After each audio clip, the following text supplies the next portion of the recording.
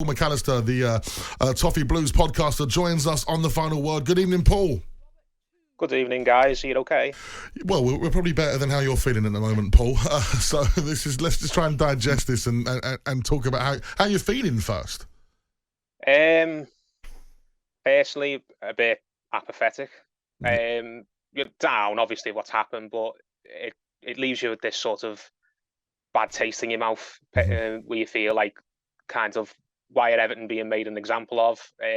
Why of other clubs who have seemingly done a lot more damage to the football infrastructure got away scot-free with certain, actions that they've taken, decisions they made, whereas it just feels like, everything's collapsed on top of Everton and they're being made an example out of, and it's kind of not fair. And it makes you think, for me personally, how much longer do I really want to be investing my time in a sport that I don't really think is, it just kind of feels like the brick walls are getting put up to stop you from even being able to dream of achieving things. It's a big statement there in terms of how you're feeling about, the investment of time. Listen, I run a Spurs podcast. I know exactly how much effort and time goes into it. You do it for the love of the football club that you follow as well. And as you say, feels like you're being made a bit of an example here.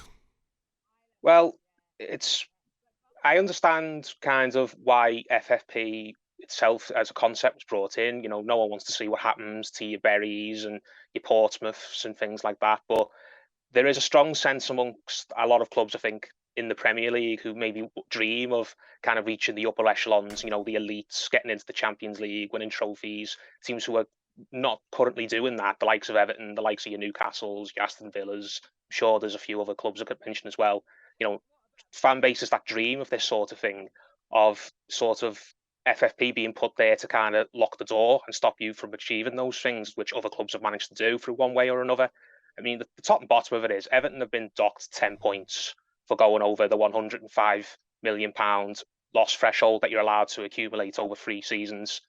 Now, Everton, it's been ruled by this commission, whoever they are, that Everton lost 124 million, I think. So they went just under 20 million over the limit they were allowed to lose.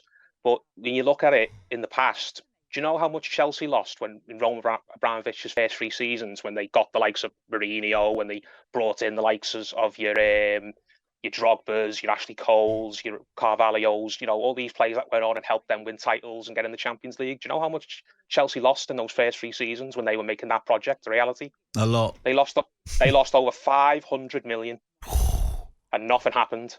And do you know how much Manchester City lost in a single season? I think I'm getting these figures from the Guardian newspaper.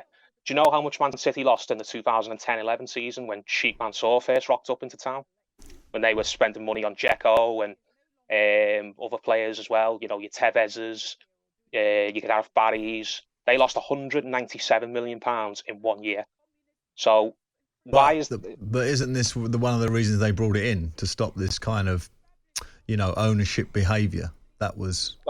Well, that is the reason on paper, but that goes back to what I said before. There's a big suspicion amongst, fan bases such as Everton and other fan bases as well, teams that aspire to achieve these things like Chelsea's and your Man City's have done, that the door's being locked, that they're just pulling the drawbridge up behind them. But it's not really about protecting clubs, it's about protecting an elite at the top who don't want anyone coming in and crashing the party.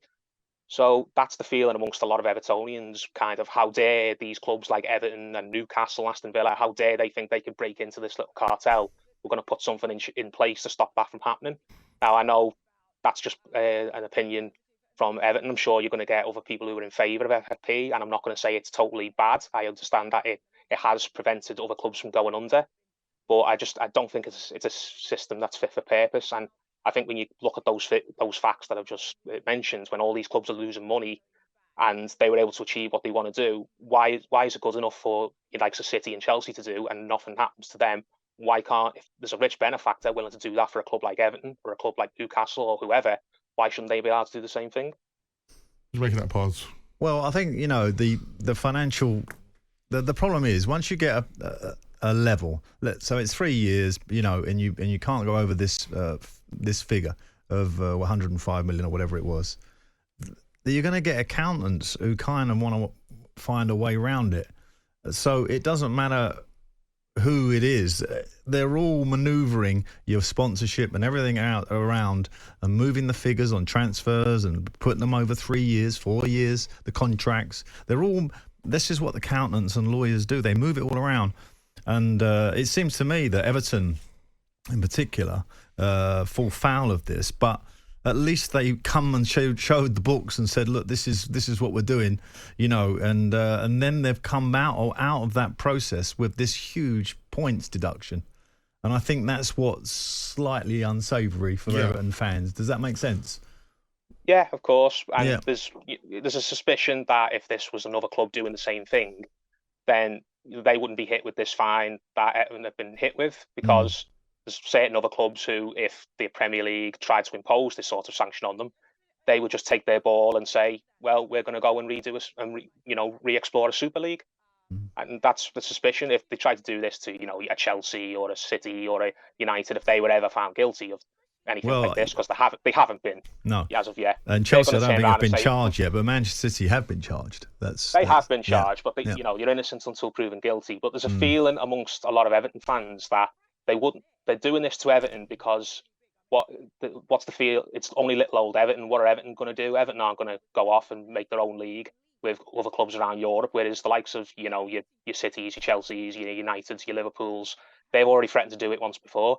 So if City get put in whatever National League, or Chelsea get relegated or docked 30, 50 points, then it would be easier to swallow. But I don't think anyone in their heart of hearts, at least from an Evertonian's perspective, really thinks that's going to happen.